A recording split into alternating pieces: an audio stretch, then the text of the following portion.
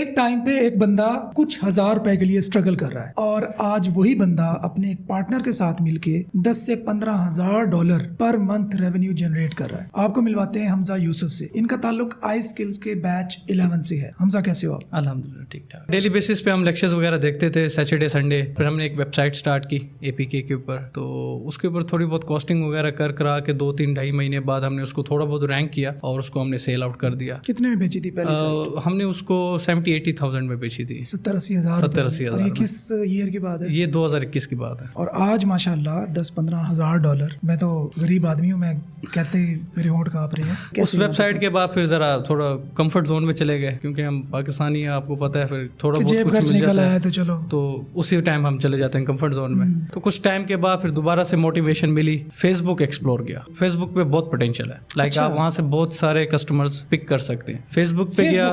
Facebook पे गया, वहां पे मैंने सर्च किया SEO ग्रुप्स, वर्डप्रेस ग्रुप्स। ठीक है। मैंने 10-15-20 ग्रुप्स जितने भी आए मेरी नज़र में मैंने ज्वाइन कर लिए, जिनके members already 1 lakh plus, 2 lakh, 3 lakh plus, मतलब इतने होने चाहिए जहाँ पे आपकी एटलीस्ट पोस्ट की रीच हो या आपकी कमेंट की रीच हो। उन ग्रुप्स को ज्वाइन करने के बाद फिर मैंने पोस्ट वगैरह एक्सप्लोर की। वहाँ पे लोगों को नीड थी, एक माइक्रो स्किल है जिसको हम कहते हैं वर्डप्रेस स्पीड ऑप्टिमाइजेशन। ठीक है। वो आपके कोर्स में थी, मैंने वहाँ पे कमिट कर दिया कि सर्विस अवेलेबल है, पेड टास्क है। तो वहाँ से कुछ क्लाइंट्स मेरे पास आना स्टार्ट हुए। उन्होंने मुझे 1500 में ये वाली सर्विस करने का मौका दिया।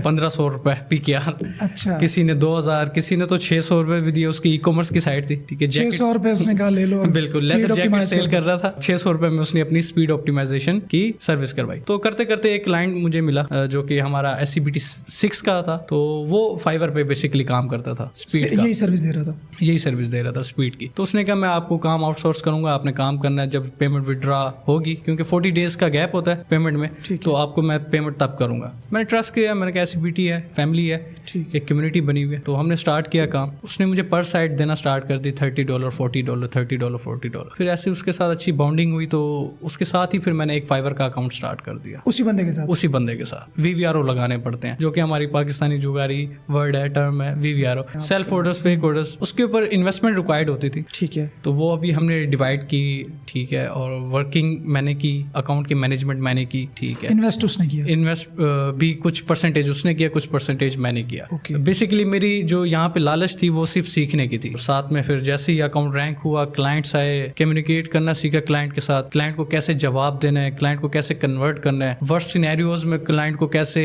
मनाना है। हर चीज, हर कम्युनिकेशन में हेल्प करते थे वो। बेसिकली वो करते थे। जहाँ पे मैं स्टक होता था, किस तरह चलना है, कैसे करना है, वो फिर इंशाल्लाह करते करते हमने अल्हम्दुलिल्लाह एक अच्छा अकाउंट को सक्सेसफुल रैंक किया। उसमें से अच्छे ऑर्डर्स पिक किए, अच्छी एक परसेंटेज हमने वहां से निकाली, खुद भी स्टार्ट किया जाए। तो फिर आहिस्ता आहिस्ता मैंने अपना ही एक अकाउंट बनाना स्टार्ट किया। एक अकाउंट बनाया ईयर 2022 और अगस्त। तो एक अकाउंट स्टार्ट किया, साथ में मेरा दोस्त पार्टनर मकसूद था। तो मैंने कहा आप भी साथ ज्वाइन करो, अकाउंट फिर ज्यादा स्टार्ट कर लेते हैं। 3 अकाउंट्स फिर हमने एक साथ ही स्टार्ट किए। अल्हम्दुलिल्लाह अच्छा परफॉर्मेंस मिली, अच्छा रिजल्ट मिला, अर्निंग स्टार्ट की। अगस्त 2022 में हमने घर की बैठक में हमने काम स्टार्ट किया। अल्हम्दुलिल्लाह हमने 2023 फरवरी में साथ बहादुरपुर एरिया है, वहाँ पे हमने अपना ऑफिस सेटअप किया था। तो वहाँ से फिर हमने अपनी एक official as a office environment को लेके हमने अपना वर्किंग एक्सपीरियंस स्टार्ट किया। वहाँ पे हमने अपने VVRO को एक्सपेंड किया, अपने Fiverr अकाउंट्स को एक्सपेंड किया।